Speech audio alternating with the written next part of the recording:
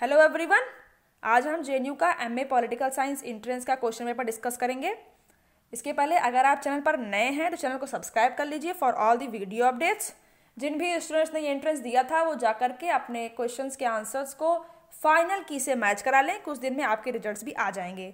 और देखिए, जिन्हें आगे एमए करना है जेएनयू से या एंट्रेंस के लिए अटेम्प्ट करना है तो देखिए ये क्वेश्चन पेपर सिर्फ इंग्लिश में ही आता है, ये बात आप जान लीजिए।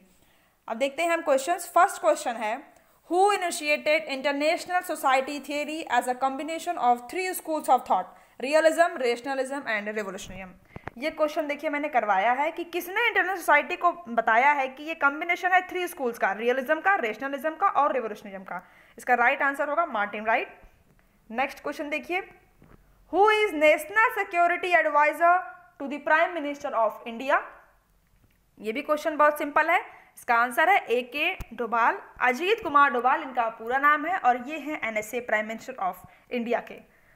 Third question, Aristotle's theory of the origin of the state is basically, Aristotle की ओरिजिन ऑफ स्टेट थ्योरी किस पर बेस्ड है?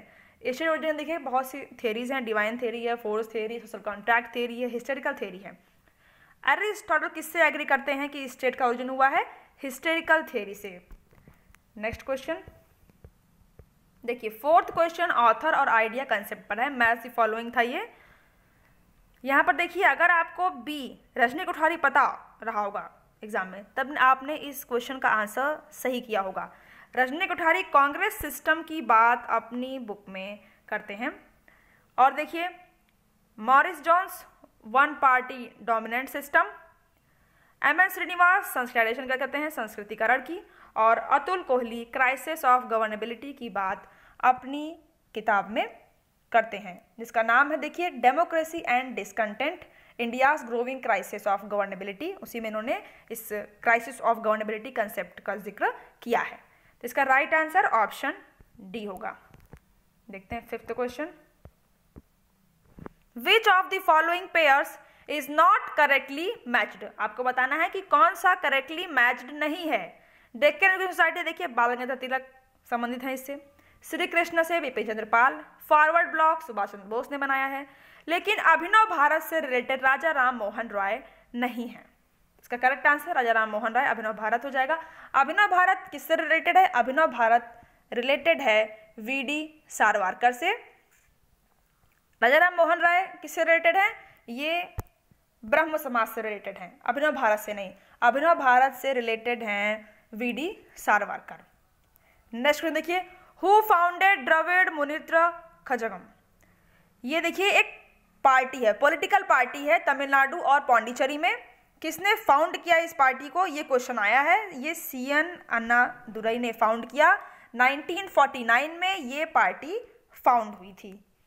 नेक्स्ट क्वेश्चन, सेवेंथ क्वेश्चन है, consider the following names of the Congress leader which among the above leader in the late 60s formed a syndicate and played an important role in the election of the Prime Minister of India after the death of Nehru and Lal Bahadur Shastri?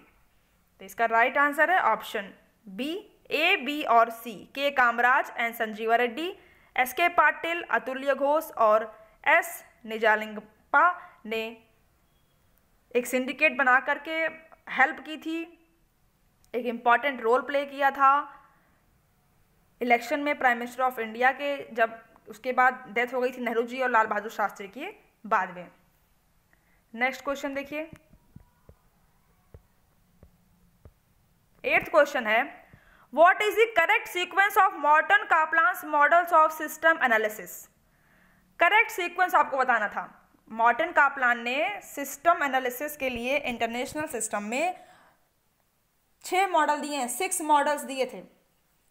आपको 4 यहाँ पर दिया था और इसको arrange करके बताना था कि राइट इसके जो है सीक्वेंस क्या होगा। सबसे पहले देखिए बैलेंस ऑफ पावर सिस्टम की बात करते हैं मॉडर्न का प्लान, उसके बाद लूज बायोपोलरिटी सिस्टम की, फिर टाइट बायोपोलरिटी सिस्टम की, और फोर्थ है यूनिवर्सल सिस्टम, और फिफ्थ देखिए आप जान लीजिए हायरार्कियल सिस्टम, और सिक्स्थ था यूनिट वीटो सिस्टम। इसका राइट आंसर देखिए एज इट इज ही ABCD हो जाएगा। Next question, which of the following are parts of Morgenthau's realist principle. Morgenthau ने देखिए 6 प्रिंसिपल दिए हैं रियलिज्म के, इनमें से आपको बताना था कि कौन सा मॉर्गनथाउ का रियलिस्ट प्रिंसिपल है। तो इसका राइट आंसर देखिए क्या है, ए, बी और डी, यानी कि politics is rooted in permanent and unchanging human nature, और self interest is a basic fact of the human condition, और डी है जिसमें कि national interest defined in terms of power की बात मॉर्गनथाउ करते हैं। मॉर्गनथाउ पावर पॉलिटिक्स की बात ही रियलिज्म में उन्होंने की है। Next question, what is the prescribed quorum for the meeting of the Lok Sabha. सबसे आसान क्वेश्चन रहा होगा ये क्वेश्चन पेपर में कि कोरम लोकसभा की मीटिंग के लिए कितना होना चाहिए, कितना जरूरी होना चाहिए, 1/10 ऑफ द टोटल नंबर। ये इसका राइट आंसर है डी ऑप्शन। 11th क्वेश्चन देखिए, Dadabhai Naoroji declared in the Calcutta session of the Congress in 1906 that his aim was self-government or Swaraj, like that of the United Kingdom or colonies. This idea was vehemently opposed by. इस idea को दादा भाई नौरोजी के oppose किसने किया था, बिपिन चंद्र पाल ने। Next question, consider the following statements about historical approach to the study of political science. Historical approach के बारे में बताना था आपको कि पॉलिटिकल साइंस में हिस्टेरिकल अप्रोच के लिए इनमें से कौन सा स्टेटमेंट सही है। A and B are correct, it focuses on a sequence of selected event within a particular phase, और B it is loaded with superficial resemblance. Next question देखते हैं, when was the inter state council was set up in India. ये भी एक simple question था, inter state council India में किस साल में सेटअप की गई थी। इसका राइट आंसर है 1990 में। ये सरकार या कमीशन के रिकमेंडेशन के बाद एस्टैब्लिश की गई थी। आर्टिकल 263 में इसका प्रोविजन है, और इसके जो चेयरमैन होते हैं वो प्राइम मिनिस्टर होते हैं। ये क्वेश्चन नेट में आया था, दिसंबर 19 में नेट में यही क्वेश्चन आया था कि इंटर स्टेट काउंसिल का चेयरमैन कौन होता है। प्राइम मिनिस्टर था, प्रेसिडेंट था ऑप्शन में, होम मिनिस्टर था, ऐसे 4 ऑप्शन थे। उसका राइट आंसर था prime minister is a head of inter state council और चेयरमैन। नेक्स्ट क्वेश्चन, थिंकर्स हैं और थॉट हैं, हीगल, कांट, माओ, लेनिन, और उनके थॉट्स दिए हैं। आपको इसको मैच कराना था कि किस थिंकर का कौन सा थॉट है। अब देखिए इसमें सबसे आसान आप देखिए लेनिन था। लेनिन को अगर आप सेकंड से मैच कराते हैं कि working class would develop trade union concessions, इसकी बात देखिए लेनिन करते हैं। और फिर माओ की ये थॉट था, पेपर डिक्टेटरशिप, डेमोक्रेटिक डिक्टेटरशिप की बात माओ करते हैं। और कांट देखिए फ्रीडम की बात करते हैं, तो ये भी सिंपल था, a person who is really free is one who is morally free, ये कांट मैच हो गया। और Hegel, state as embodiment of universal mind, ये हीगल का ही स्टेटमेंट है। इसका करेक्ट आंसर हो जाएगा option C. Next, which of the following is not an element of liberalism. Liberalism का कौन सा एक एलिमेंट इनमें से नहीं है। इंडिविजुअलिज्म है, कॉन्स्टिट्यूशनल की बात भी करता है, फ्रीडम की बात भी लिबरलिज्म तो जरूर करेगा। इसका करेक्ट आंसर है सी, प्रैग्मेटिज्म, ये एलिमेंट नहीं है लिबरलिज्म का। फिर देखिए ऑथर और बुक्स। इस क्वेश्चन पर देखिए ऑथर एंड बुक के क्वेश्चन आपको काफ़ी मिलेंगे। अब देखिए इसमें रॉबर्ट डहल ए ऑप्शन है, और ये क्वेश्चन मैंने करवाया भी है वीडियो में। रॉबर्ट डहल की किताब है अ प्रेफेस टू डेमोक्रेटिक थ्योरी। ए को थर्ड से आपने मैच कराया, देखिए आपको आंसर मिल जाएगा कि ऑप्शन सी इसका करेक्ट होगा। आर्चर्स क्रॉसमैन की किताब प्लेटो टुडे है, एमस्ट्रीन की किताब है ग्रेट पॉलिटिकल थिंकर्स, और हीगल की बुक है philosophy of rights. Next question 17th question है, consider the following statements. Statement आपको 4 दिए गए हैं, बताना है कि कौन सा स्टेटमेंट सही है। इसमें देखिए चारों ही स्टेटमेंट सही माने गए हैं। डुवर्जर ने आर्ग्यू किया है कि simple plurality single ballot system leads to 2 party system. Duverger देखिए पॉलिटिकल पार्टी की बात काफ़ी करते हैं, और इनकी किताब भी है पॉलिटिकल पार्टीज। फिर देखिए Robert Michels has articulated iron law of oligarchy, इन्होंने आयरन लॉ ऑफ ओलिगार्की दिया है रॉबर्ट मिचल्स ने, ये भी सही है। The 2 main parties in UK and USA are mass parties. देखिए इस तरह चारों ही ऑप्शंस इसमें करेक्ट थे। नेक्स्ट देखिए, who among the following is a feminist critic. ये भी सिंपल है, ये क्वेश्चन भी मैंने करवाया है। इसका करेक्ट आंसर है Pateman, Carole Pateman. Next, statement और थिंकर्स मैच कराना है। पावर क्रिएट्स प्राइड, ये हॉब्स का स्टेटमेंट है। B, power is certain kind of relationship, ये सीजे फेडरिक का है। पावर मीन्स सोल फोर्स, ये माइकल फुकोल्ट का है। पावर इज ओमनी प्रेजेंट, ये स्टेटमेंट है महात्मा गांधी का। देखिए, अगर आपको आगे कोई भी एग्जाम पॉलिटिकल साइंस का ही देना है तो आपके लिए ये क्वेश्चन पेपर इंपॉर्टेंट है। नेक्स्ट देखिए, विच one of the following pairs is not correctly matched, आपको बताना है कि इनमें से कौन सा एक करेक्टली मैच्ड नहीं है।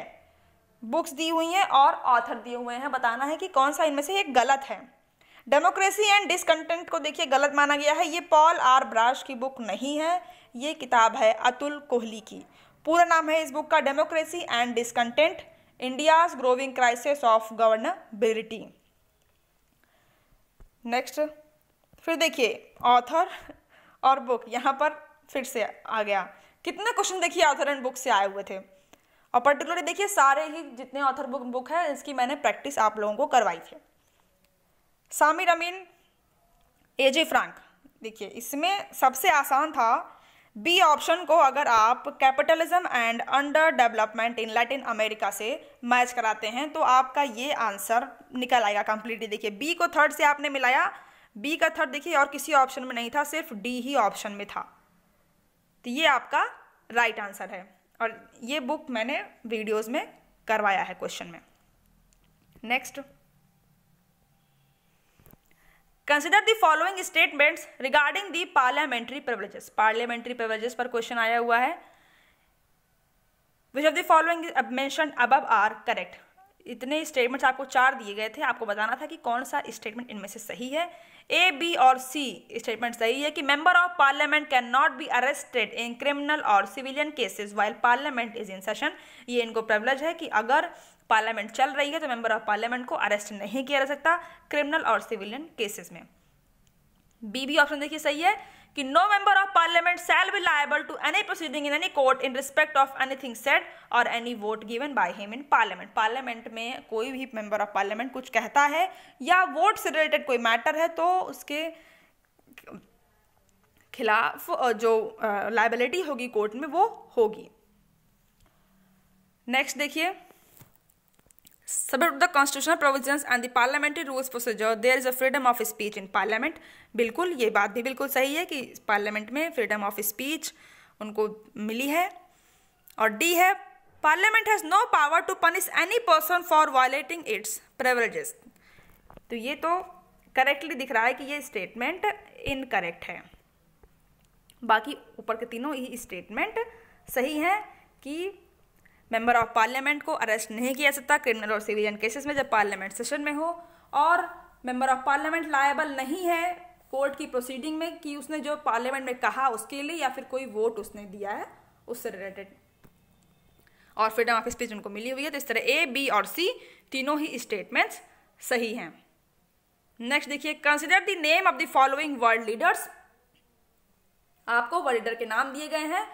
Who among the above mentioned leader did play any role in the foundation of non-aligned movement? आपको बताना है कि इनमें से किन ने जो है लीड रोल प्ले किया है नॉन अलाइंड मूवमेंट में। जोसेफ टिटो हैं, Julius Nyerere, Gamal Abdul Nasser, Ahmed Sukarno, Kwame Nkrumah. अब बताइए इसका राइट आंसर क्या है। ए, बी, सी, डी चारों ही वर्ल्ड लीडर्स देखिए शामिल थे नॉन अलाइनमेंट मूवमेंट में। 4 क्या 5 हैं ये देखिए। जोसेफ ब्राज टिटो यूगोस्लाविया के प्रेसिडेंट थे, जूलियस नायरर ये तांजानिया के प्रेसिडेंट थे, गमल अब्दुल नशीर ये इजिप्ट के प्रेसिडेंट थे, और सुकार्नो ये इंडोनेशियन प्रेसिडेंट थे, और क्वाने ये प्रेसिडेंट थे घाना के। ये सारे ही लीडर्स नाम फाउंड करने में इन लोगों ने मेन रोल प्ले किया था। तो इसका right answer A, B, C, D हो जाएगा। Next, who said power in international politics is like the weather, everyone talks about it but few understand it. ये स्टेटमेंट आया था, ये स्टेटमेंट है जोसेफ नाई का। नेक्स्ट,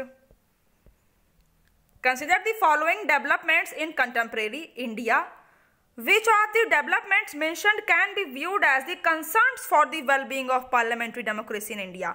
इनमें से कौन सा स्टेटमेंट कंसर्न हो सकता है पार्लियामेंट्री डेमोक्रेसी के वेलबींग के लिए, जिसको नोटिस करना जरूरी है? सो राइट आंसर क्या होगा, देखिए बी, सी और D. Growing politicisation and mobilisation on the basis of religion, region and caste, ये जरूरी है, ये कंसर्न होना चाहिए, बिल्कुल होना चाहिए। और देखिए growing role of corporate money in the elections, ये भी होना चाहिए। ये किसी भी पार्लियामेंट्री डेमोक्रेसी के लिए अच्छा नहीं है अगर वहां पर कॉर्पोरेट मनी चल रही है, इलेक्शन में पैसे बांटे जा रहे हैं चुनाव में, तो ये किसी भी डेमोक्रेसी के लिए अच्छा नहीं माना जाएगा। और growing class and spatial divides across India, बिल्कुल ये भी नहीं सही माना जाएगा। किसी भी तरह का डिवाइडेशन नहीं होना चाहिए, क्लास बेसिस पे किसी भी बेसिस पर डिवाइडेशन नहीं होना चाहिए। ए और ई देखिए क्यों नहीं है, emergence of the state parties, regional parties, ये बिल्कुल होना चाहिए। डेमोक्रेसी में पार्टी बनने का, टूटने का सब कुछ अलाउड है, होना चाहिए, बिल्कुल होना चाहिए। और देखिए डिसेंट्रिक ऑफ इंडियन पॉलिटी, ये भी मस्ट है, ये होना चाहिए, फर्टिलाइजेशन होना चाहिए। लेकिन बी, सी और डी ये एक कंसर्न है जिसे हमें नोटिस करने की जरूरत है और इस पर थोड़ा और ध्यान देने की जरूरत है कि ये बिल्कुल भी ना हो एक पार्लियामेंट्री डेमोक्रेसी के अंदर। Next question, when was the first amendment in the constitution of India made? पहला अमेंडमेंट किस साल हुआ था? जून 1951 में पहला अमेंडमेंट हुआ था, जिसमें देखिए 9 शेड्यूल को ऐड करने के साथ और भी प्रोविजंस थे, ये जून 1951 में किया गया था। नेक्स्ट है justice Punchhi committee is related to which of the following, ये रिलेटेड है यूनियन स्टेट रिलेशन से।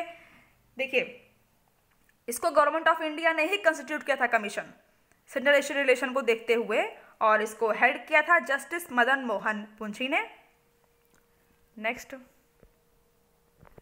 Scholars after feeling disillusion with a purely casual theory of politics prefer to accord some place to values, goals and norms in the study of politics are called neo-empiricist. Simple question था ये। Next, which of the following is the only officer allowed to participate in the proceedings of the Indian Parliament? ये देखिए इसका answer आप सबको पता होना चाहिए कि पार्लियामेंट की प्रोसीडिंग में एक ऑफिसर अटॉर्नी जनरल, आर्टिकल 76 में इनकी अपॉइंटमेंट है और ये पार्लियामेंट्री प्रोसीडिंग में पार्ट ले सकते हैं लेकिन वोट नहीं कर सकते। Next, in reference to presidential system which president of USA said for the folly of just one man may spell disaster for whole nation, ये जिमी कार्टर का स्टेटमेंट है, ये क्वेश्चन मैंने आपको करवाया था। Next, which was the last state which was or reorganized on the basis of language? Punjab इसका सही आंसर है। नेक्स्ट देखिए, it has been argued that India at the time of decolonization almost lacked all the ingredients that make liberal democracy a success. Consider the following factors. Which of the factor mentioned above were the concern for the long-term success of Indian democracy? इसमें भी देखिए concern पूछा गया है, इसका right answer होगा A, B, C and D. Next, consider the existing explanations for states reorganisation in recent decades in India, which of the statement above are correct? A, B और C statement इसमें सही है।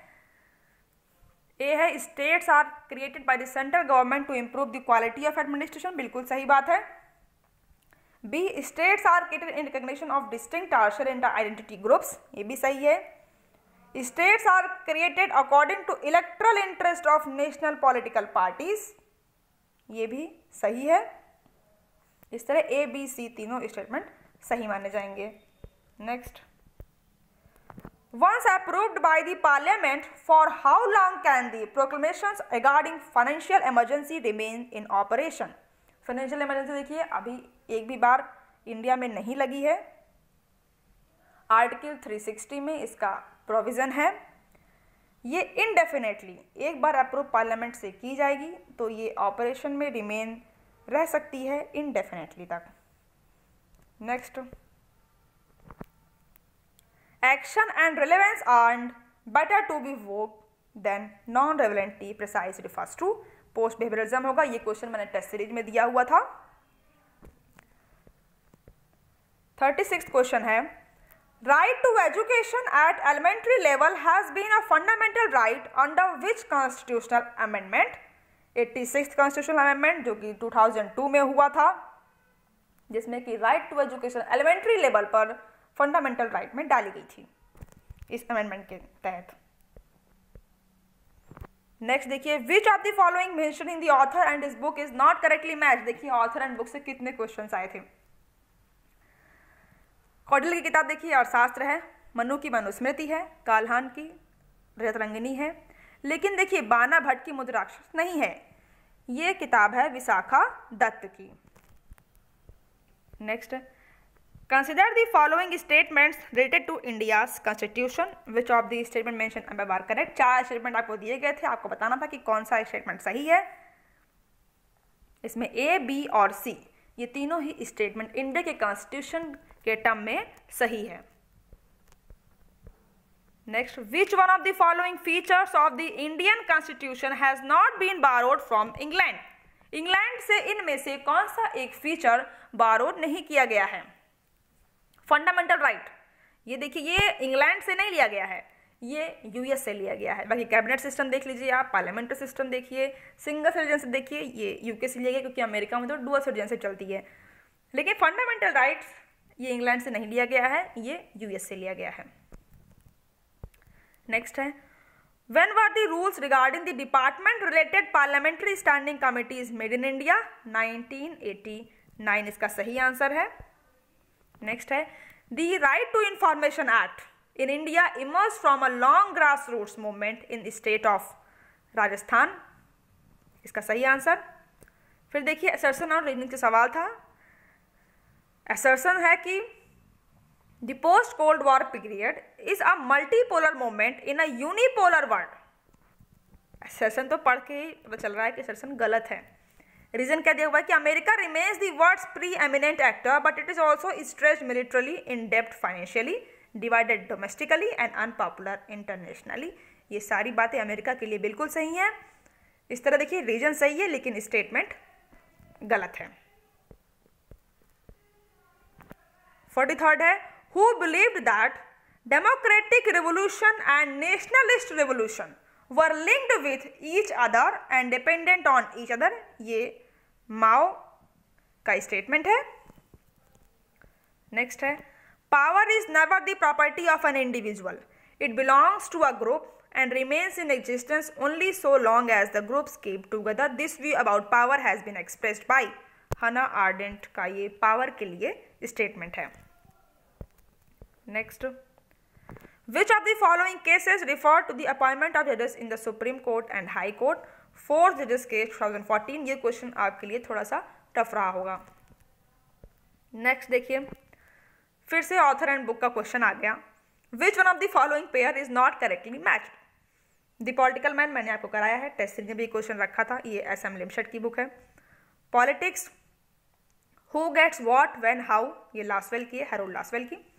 Capitalism, socialism and democracy, ये Schumpeter की book है। लेकिन modern constitution ये book R M. MacIver की नहीं है। मॉडर्न कॉन्स्टिट्यूशन किताब है नेथ वेयर की, इनकी किताब नहीं है। सही आंसर हो जाएगा इसका D. Next, which one of the countries was not a member of the commission appointment by security council to solve the Indo Pak Kashmir dispute. कौन सी इनमें से कंट्री है जो कि मेंबर नहीं थी उस कमीशन का जो फॉर्म किया गया था सिक्योरिटी काउंसिल के थ्रू इंडिया पाकिस्तान का कश्मीर डिस्प्यूट को लेकर के। उसमें यूएसएसआर शामिल नहीं है, अर्जेंटीना, यूएसए, कोलंबिया शामिल थे। Next, who was the chairman of the administrative reform committee. Second administrative reform commission का चेयरमैन पूछा गया था, वीरप्पा मोइली, इसका सही आंसर है। सेकेंड एडमिनिस्ट्रेटिव रिफॉर्म कमीशन 2005 में बना था। Consider the following features of the Congress system as articulated by Rajni Kothari to explain the party system in India during the first 4 general elections. Which of these statements mentioned above are correct? चारों ही statement सही है। Congress party पर इन्होंने काफ़ी ज़्यादा study कर ली और देखिए चारों ही स्टेटमेंट इन्होंने जो मेंशन है यहाँ पर ये सही हैं। जो कांग्रेस सिस्टम की बात रजनी कोठारी कर रहे हैं उसके लिए ये चारों स्टेटमेंट यहाँ पर जो दिया गया है सही हैं। नेक्स्ट देखिए, ट्रीटीज कन्वेंशंस हैं और आपको इनको अरेंज करना था। साथ में ईयर भी लिखा हुआ है, बस आपको अरेंज कर देना है कि ये साल पहले आता है, फिर ये साल बाद में आता है, फिर ये साल बाद में आता है। देखिए कैसे था ये।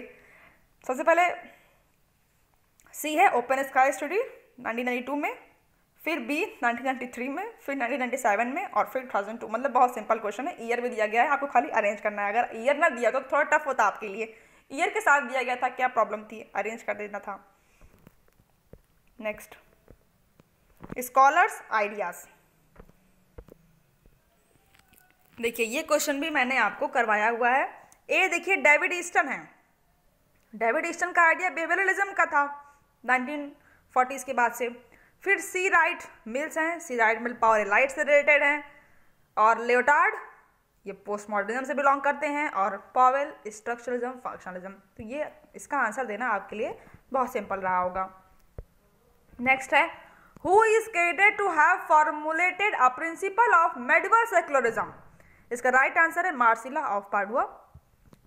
नेक्स्ट है international society tradition is also known as the English school of international relations. इसका सही आंसर है। नेक्स्ट है 54th question. The article 124(3)(c) of the Constitution of India provides for the appointment of a distinguished jurist by the President as a judge in the Supreme Court of India. Consider the name of the following former Chief Justices of the Supreme Court. 4 नाम आपको justice के दिए गए हैं। Who among the mentioned judges were appointed as per Article 124(3)(c)? इसका सही answer है none of the above. इनमें से कोई भी जज अपॉइंट नहीं किए गए हैं आर्टिकल 124(3)(c) के अंतर्गत।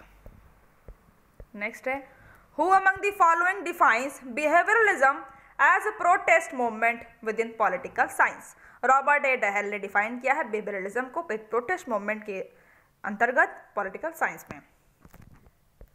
देखिए 56th क्वेश्चन है थिंकर और कंसेप्ट पर। विलियम कोहेन है, Martin Shaw, Raymond Aron, Mary Kaldor. William Cohen revolution in military affairs से रिलेटेड हैं, ये एक ऑप्शन आपको ज़रूर पता होगा। फिर मार्टिन सा डिजेनरेट वॉर से, रेमंड एरोन हाइपरबोलिक वॉर से, और मैरी काल्डोर न्यू वॉर्स इनका कंसेप्ट है। नेक्स्ट देखिए 57th क्वेश्चन में आपको बुक दी गई थी, आपको इनको अरेंज करना था।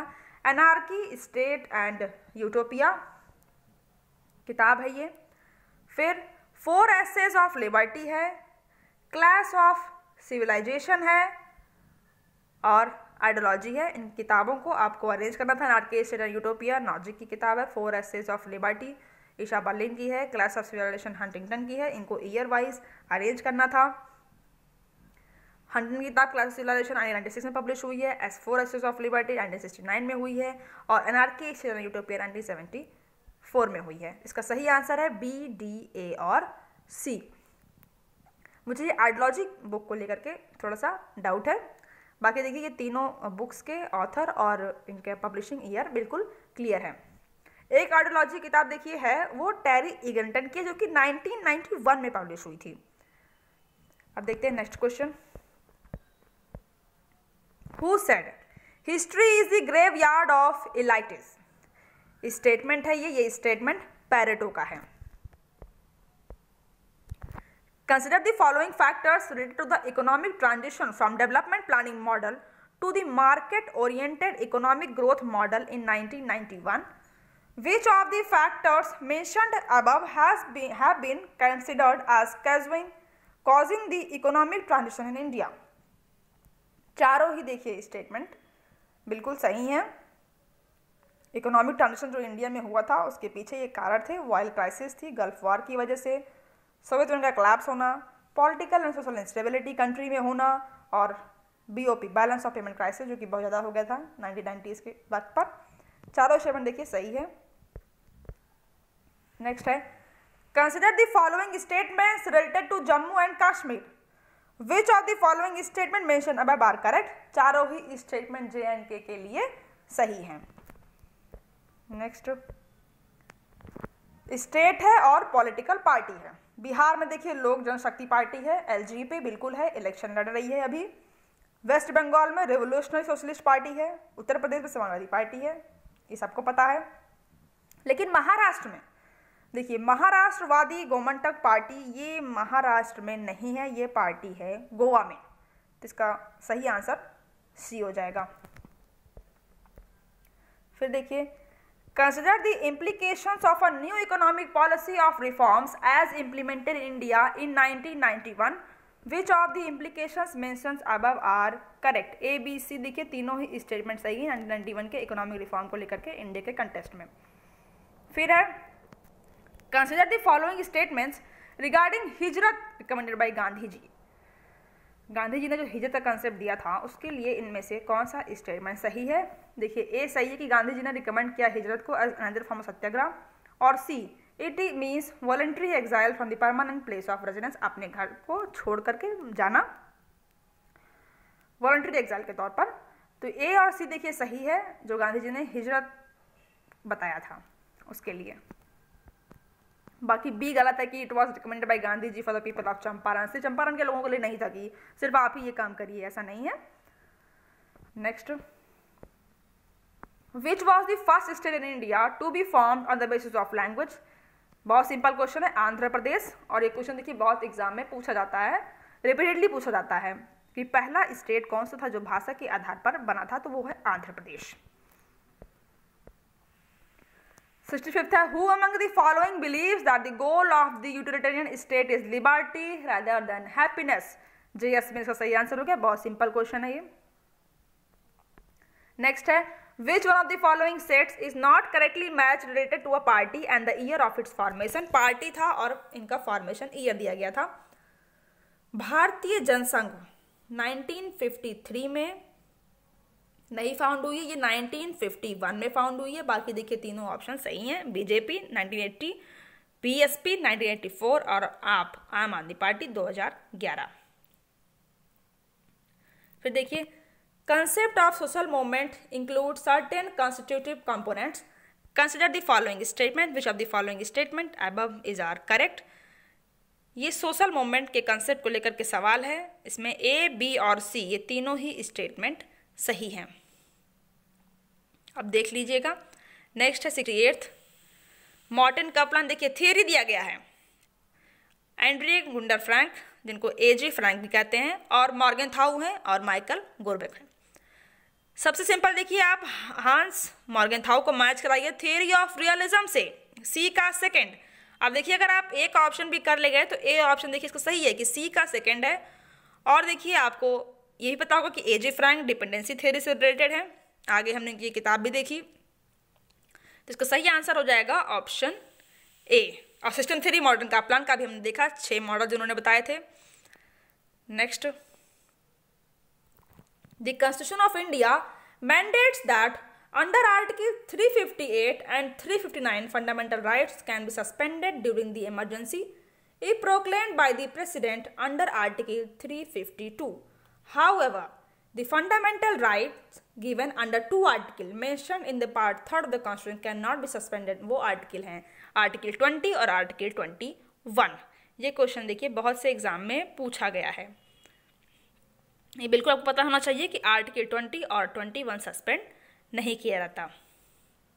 नेक्स्ट है which one of the following statement is not correct. इसका सही आंसर D होगा कि Indian constitutional framework is not based on doctrine of checks and balance. ये US में पॉपुलर है, इंडियन कॉन्स्टिट्यूशनल फ्रेमवर्क इस पर बेस्ड नहीं है चेक्स एंड बैलेंस पर। नेक्स्ट है who among the following has argued I do not want my house to be walled in on all sides and my windows to be stuffed. I want the cultures of all the lands to be blown about my house as freely as possible, but I refuse to be blown off my feet by any. ये महात्मा गांधी का statement है। Next देखिए लोकपाल का पूछा गया था। Lokpal institution के chairman कौन है? Justice Pinaki Chandra Ghosh, justice PC Ghosh, ये लोकपाल हैं करंट में। Next, who among the following characterise the directive principle of state policy as pious aspirations? Sir Ivor Jennings ने डायरेक्टिव प्रिंसिपल DPSP को ये कहा था, कैरेक्टराइज किया था, उसको क्या कहते हैं? पायस एस्पिरेशंस। नेक्स्ट है असर्शन और रीजनिंग पर बेस्ड है। असर्शन है कि India is for nuclear डिसआर्मामेंट at the global level and for a credible minimum deterrence for the regional level, सही है। और India nuclear policy has dual objective, इस तरह देखिए ऑप्शन ए बिल्कुल सही हो जाएगा। असर्शन और को देखिए रीजन सही डिफाइन करता है। 75th है consider the following statement, 4 statement आपको दिए गए हैं। Which of the statement mention above are correct? A, B और C, देखिए ये तीनों ही स्टेटमेंट सही हैं, इनको आप पढ़ लीजिए एक बार। नेक्स्ट है ordinances issued by the president need to be ratified by the parliament as soon as it met within 6 week, बिल्कुल सही है। 6 हफ्ते के अंदर उसको पार्लियामेंट के थ्रू रेटिफाई करना पड़ता है जो ऑर्डिनेंस प्रेसिडेंट पास करते हैं। Next Samuel P. Huntington clash of civilisation से रिलेटेड है। ए का देखिए 3rd हो गया, ए ऑप्शन देखिए बिल्कुल सही होगा। एक मैच हम कर रहे हैं, देखिए सबका आंसर निकल आ रहा है। फिर देखिए जोसेफ नाई है, सॉफ्ट पावर से रिलेटेड है, और Sushan strange attitude of state, और इमैनुअल वालरस्टेन वर्ड सिस्टम से रिलेटेड है। इसका सही आंसर जाएगा ऑप्शन ए। देखिए कोलेजियम सिस्टम किससे रिलेटेड है? ये जुडिशरी से रिलेटेड है, ये सबको पता होगा। नेक्स्ट देखिए असर्शन और रीजनिंग पर है। असर्शन है liberty aims at development of individuals, बिल्कुल सही बात है। रीजन है freedom of thought and discussion is not the main theme of liberty, ये भी सही है। देखिए लेकिन रीजन जो है वो स्टेटमेंट को सही डिफाइन नहीं कर रहा है, तो इसका ऑप्शन बी सही हो जाएगा। फिर देखिए ये क्वेश्चन ड्रॉप कर दिया, ये नाम के प्रिंसिपल से आया था पंचशील के लिए, लेकिन ये ऑप्शंस इसमें गलत हो गए। फिर देखिए 81st, which one of the following is not a feature of Plato's theory of education? अगर आपने प्लेटो की एजुकेशन थ्योरी पढ़ी है तो आपको बताना है कि इनमें से कौन सा एक फीचर नहीं है कि it aimed at checking revolution in the state, ये उसका एम नहीं था। फिर देखिए 82nd है consider the following statements underlining the purpose of a constitution in a democratic country like India, which of the mentioned above are correct? देखिए पांचों ही स्टेटमेंट सही हैं। देखते हैं next question. Max Weber has referred to the ideal types of authority, consider the following. 4 type की authority mention है। Max weber को बताना है कि मैक्स वेबर ने अथॉरिटी के टाइप दिए, 3 टाइप दिए थे उन्होंने, इनमें से कौन कौन से हैं? वो ट्रेडिशनल की बात करते हैं, वो परंपरागत अथॉरिटी की। फिर कैरिज्मेटिक अथॉरिटी की बात करते हैं, वो चमत्कारिक अथॉरिटी। और डी लीगल रेशनल अथॉरिटी की बात भी करते हैं, वो कानून तार्किकता अथॉरिटी। तो इस तरह देखिए ऑप्शन बी सही हो जाएगा। लेकिन मॉडर्न अथॉरिटी की बात मैक्स वेबर नहीं करते हैं, ये बहुत सिंपल क्वेश्चन था, आपको डिफाइन नहीं करना था अथॉरिटी, आपको सिर्फ बताना था कि मैक्स वेबर ने इनमें से कौन कौन सी अथॉरिटी की बात की है अपनी राइटिंग्स में। नेक्स्ट असर्शन और रीजनिंग पर सवाल है। असर्शन है although China has invested large capital in Pakistan projects exclusively in the Gwadar harbor, yet Chinese reconsider their policies which has led to reduction in the importance enjoyed by Pakistan. और reason दिया गया था कि apart from available huge opportunity of selling Chinese goods in Indian market, the growing tentacles of Islamic fundamentalism in Xinjiang with the collaboration of the Taliban and Al-Qaeda have pushed China to reconsider its South Asian policy. बिल्कुल सही है। Assertion और reason देखिए दोनों सही है, और reason assertion को सही एक्सप्लेन करता है। देखिए ये भी असर्शन और रीजनिंग पर था। असर्शन है decision of the security council are binding and must only be passed by majority of 9 out of 15 member as well as each of the 5 permanent member, बिल्कुल सही है।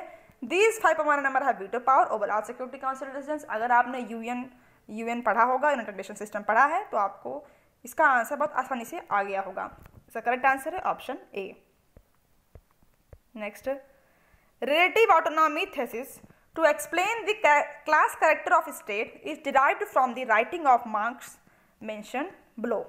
Which of the above mentioned works present the relative autonomy thesis referring to the balance of class forces A, B और C, इन तीनों में जो marks की जो writings हैं इनमें रिलेटिव ऑटोनॉमी थीसिस को एक्सप्लेन किया जाता है। Next, basic structure doctrine supreme court के किस डिसीजन में है? केशवानंद भारती केस में है। ये भी देखिए आसान क्वेश्चन था। देखिए पेपर मिक्स था, कुछ क्वेश्चंस आसान थे और कुछ क्वेश्चंस टफ थे। केशवानंद भारती केस 1973 में 24 अप्रैल को इसका फाइनल डिसीजन हुआ था। रीजन ऑफ फेलियर दिया गया है और स्टेट दिया गया है। ये क्वेश्चन थोड़ा सा टफ था और आईआर से रिलेटेड है। ट्राइबल कन्फ्लिक्ट सोमालिया में, endless violence for non political purposes Liberia में, एथनिक जेनोसाइड ये हुआ रवांडा में और ट्रांसनेशनल वॉर ये है कॉन्गो में। नेक्स्ट है the CEPA CEPA comprehensive economic partnership agreement was officially endorsed in October 2010 between 2010 का सवाल आया हुआ है। आपसे पूछा है कि ये एग्रीमेंट किन देशों के बीच में हुआ था? ये इंडिया और जापान के बीच में हुआ था। Next, chronologically arrange the following milestones in the women's movement in correct ascending order। आपको अरेंज करना था इनको। Mexico city UN conference, Copenhagen में यूएन कॉन्फ्रेंस, बीजिंग में, नैरोबी में, ईयर वाइज अरेंज करना था। इसका सही आंसर है ऑप्शन बी। नेक्स्ट, देखिए ये क्वेश्चन एज इट इज मैंने आपको वीडियोस में करवाया है। What is the correct chronological order of the development listed below. तो अगर आपने सारे वीडियोस देखिए अलग अलग यूनिट्स के नहीं देखे हैं तो आप ज़रूर देख लीजिए। ये क्वेश्चन मैंने अच्छे से वीडियो में एक्सप्लेन किया था। इसका राइट आंसर है option B. Secularism in India as practised in India has been inspired by certain ideas considered this. Which of the statement mention above is are correct. चारों ही स्टेटमेंट इंडिया के secularism के लिए सही है कि हमें रिस्पेक्ट और प्रोटेक्शन देनी चाहिए और सारे धर्मों को equal distance from all the religions, no discrimination, किसी भी तरह का डिस्क्रिमिनेशन नहीं होना चाहिए किसी भी धर्म के लोगों के साथ, और symmetrical political treatment of different religious communities. तो चारों ही स्टेटमेंट इंडिया के सेक्युलरिज्म के लिए सही है। नेक्स्ट देखिए असर्शन और रीजनिंग पर है। असर्शन है कि WTO pleads that free trade brings prosperity for all and therefore should be promoted. ये सवाल भी मैंने वीडियो में करवाया है। रीजन है integration of the countries with global economy through the system of trade helps them to export good abroad as also import good which they need। इसका सही आंसर है ऑप्शन ए। WTO के लिए ये क्वेश्चन था और आसान था। फिर देखिए which of the following committees did not relate to Panchayati Raj in India. Panchayati Raj से इनमें से कौन सी एक कमिटी रिलेटेड नहीं है? दिनेश गोस्वामी कमेटी नहीं है रिलेटेड, ये इलेक्टोरल रिफॉर्म से रिलेटेड है, चुनावी सुधार से। नेक्स्ट है the policy of containment formatted bye US aimed at. जिन्होंने भी वीडियो लगाया है वो इसका आंसर उनको पता होगा। एज इट इज देखिए ऑप्शंस भी वही दिए गए हैं। इसका सही आंसर है ऑप्शन ए। सोवियत यूनियन के इन्फ्लुएंस को ग्लोबली चेक करने के लिए ही यूएस ने कंटेनमेंट पॉलिसी को अपनाया था। देखिए ये क्वेश्चन थोड़ा टफ है, इसे अरेंज करना था आपको। चार्टर ऑफ यूएन है, ट्रीटी ऑफ वेस्टफोलिया है, ये तो पता सबसे पहले हुई थी। ट्रीटी ऑफ उट्रेस्ट है, ट्रीटी ऑफ पेरिस है। इसका सही आंसर ऑप्शन सी है। Next question, the view that ideology has come to an end was initiated by, ये डेनियल बेल का है स्टेटमेंट है कि ideology has come to an end. Next देखिए इन द डॉक्ट्राइन से सवाल था। In the doctrine is considered an important aspect of India's foreign policy for it defines India security is coterminous with the region and any interference of external powers is taken as a threat to India's security। ये statement Indira doctrine को define करता है। Next है consider the following set of political thinker and there works. देखिए फिर author and book से question आ गया। JS मिल की किताब ऑन लिबर्टी है, बिल्कुल सही है। ईसा बलिन की किताब 4 Essays ऑन फ्रीडम है, ये भी सही है। TH ग्रीन की lectures on the principle of political obligations है, सही है। देखिए जॉन लॉक की किताब कंसिडरेशन और रिप्रेजेंटेटिव गवर्नमेंट नहीं है, ये बुक है JS मिल की। इसलिए A, B, C ये तीनों सही हैं लेकिन D गलत है। Next question, who defines freedom as the private pursuit of the individual. Freedom को प्राइवेट परस्यूट के तौर पर एक इंडिविजुअल के लिए कौन डिफाइन करता है? इसका सही आंसर है हॉब्स थॉमस। हॉब्स डिफाइन करते हैं। देखिए 100 क्वेश्चन जो एंट्रेंस में आए थे ये आपने देखे। अगर आपको आगे एग्जाम देना है पॉलिटिकल साइंस सब्जेक्ट से कोई भी देना है या इंट्रेंस देना है आपको JNU MA का, तो ये आपके लिए हेल्पफुल होगा। इस तरह के क्वेश्चन देखिए एग्जैक्टली आपको क्वेश्चन अब यही नहीं मिलेंगे आगे, लेकिन इससे रिलेटेड थोड़ा और इन्फॉर्मेशन इन सारे टॉपिक्स के बारे में आप लीजिए, थोड़ा और डिटेल में पढ़िए, तब आपका पेपर निकलेगा और आप अच्छा स्कोर कर पाएंगे। अगर आपको वीडियो अच्छा लगा हो तो आप लाइक करिएगा और देखिए शेयर करिए अपने सारे फ्रेंड्स साथ जिन्होंने भी पॉलिटिकल साइंस सब्जेक्ट से तैयारी कर रहे हैं, उनको आप ये वीडियो ज़रूर शेयर करिएगा। और अगर आप चैनल पर नए हैं तो चैनल को सब्सक्राइब कर लीजिए for all the video updates. Thank you.